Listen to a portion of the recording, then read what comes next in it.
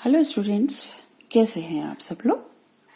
आशा करती हूँ अच्छे से होंगे। बच्चों, इससे पहले वाले वीडियो में मैंने आपको वर्गीकृत डाटा के लिए मोड निकालने की अनुमानित जो हमारा मेथड था उसके बारे में बताया था। अब उसी वर्गीकृत डाटा के लिए जो हमारा क्या कहते हैं मोड मतलब जो सही बहुलांक निकालने की विधि, पहले वाली तो जो हमारी थी वो क्या थी, अनुमानित विधि थी। अब इसमें हम सही बहुलांक निकालने की विधि हम आपको बताते हैं। इसमें सही बहुलांक निकालने के लिए सबसे पहले हम मध्यमान निकालते हैं, यानी कि मीन निकालते हैं, फिर मीडियन निकालते हैं, फिर मध्यांक के 3 गुने में से मध्यमान का 2 गुना घटा दिया जाता है, यानी कि 3 multiplied by median minus 2 multiplied by mean. तो ये हमारा मोड निकल आता है। अब देखिए, फिर से हमने ये आवृत्ति विवरण तालिका ली हुई है। इसमें 10 से 19, 20 से 29, 30 से 39 सेम क्लास इंटरवल्स लिया है, और नंबर ऑफ फ्रीक्वेंसीज भी हमारे पिछले वाले क्वेश्चन की ही ली हुई है। टोटल नंबर ऑफ जो हमारी फ्रीक्वेंसीज थी वो कितनी थी, 50। अब हम देखते हैं कि हमें किस प्रकार से निकालना है। तो मीन निकालने के लिए हम इसकी मीडियन के लिए हम क्यूमुलेटिव फ्रीक्वेंसी निकालते हैं। क्यूमुलेटिव फ्रीक्वेंसी 2, 3, 2, 5, 5 और 5, 10, 10 और 4, 14, 14 और 12, 26, 26 और 9, 35, 35 और 8, 43, 43 और 5, 48, 48 और 2, 50। ये हमारा CF आ गया। अब हम इसमें क्या मानते हैं, एज्यूम्ड मीन मानते हैं। तो हमने अनुमानित उसमें देखा था कि सबसे ज्यादा फ्रीक्वेंसी हमारी किसकी है, 12 वाले की। इसलिए हम इस क्लास इंटरवल को हम अपना अनुमानित, इसमें से हम एज्यूम्ड मीन इसको मानेंगे। तो अब हमने इसको एज्यूम्ड मीन मान लिया, और हम ऊपर की तरफ प्लस और नीचे की तरफ माइनस लगा देते हैं। 1 2 3 4 और नीचे की तरफ -1 2 3 4। अब FD निकालने के लिए 4 2 8, 3 5 15, 8 2 16, 9 1 9 और नीचे की 4 1 4, 5 2 10, 3 3 9 और 2 4 8।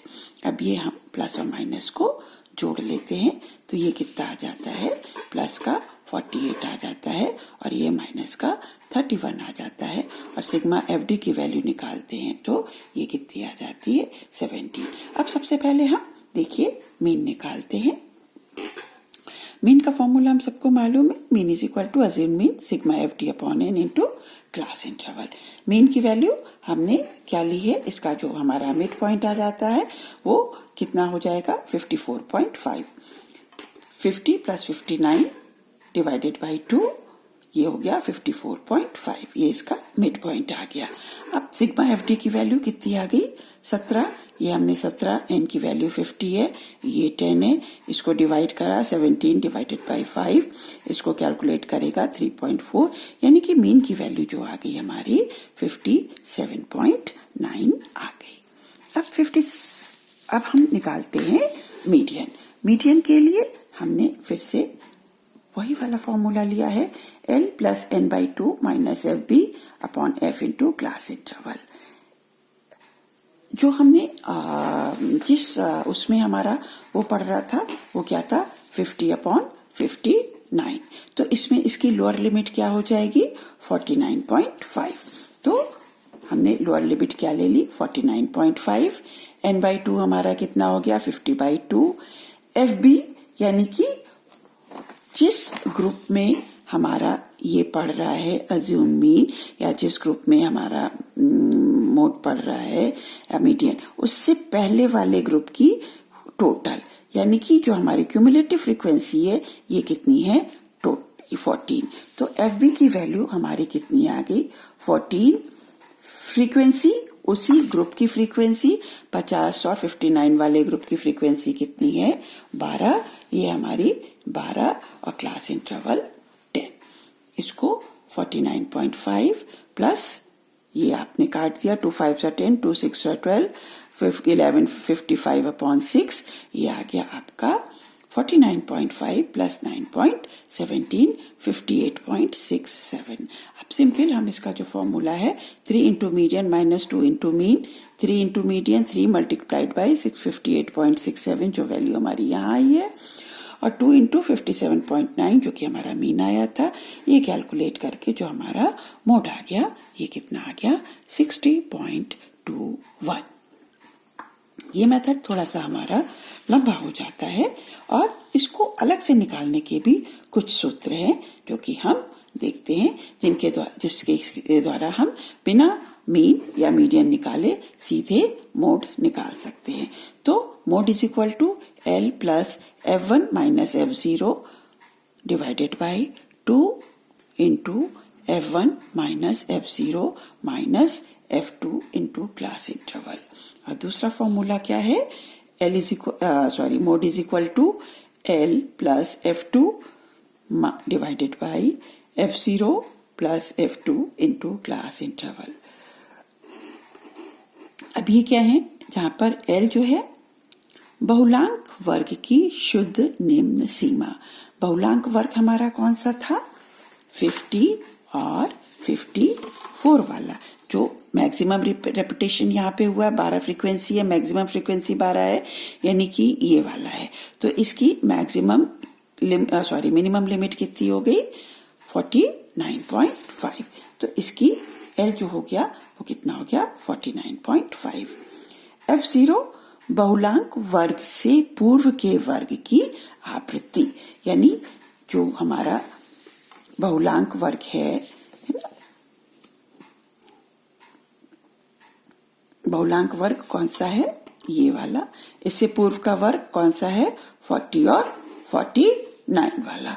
तो F0 कितनी हो गई हमारी 4।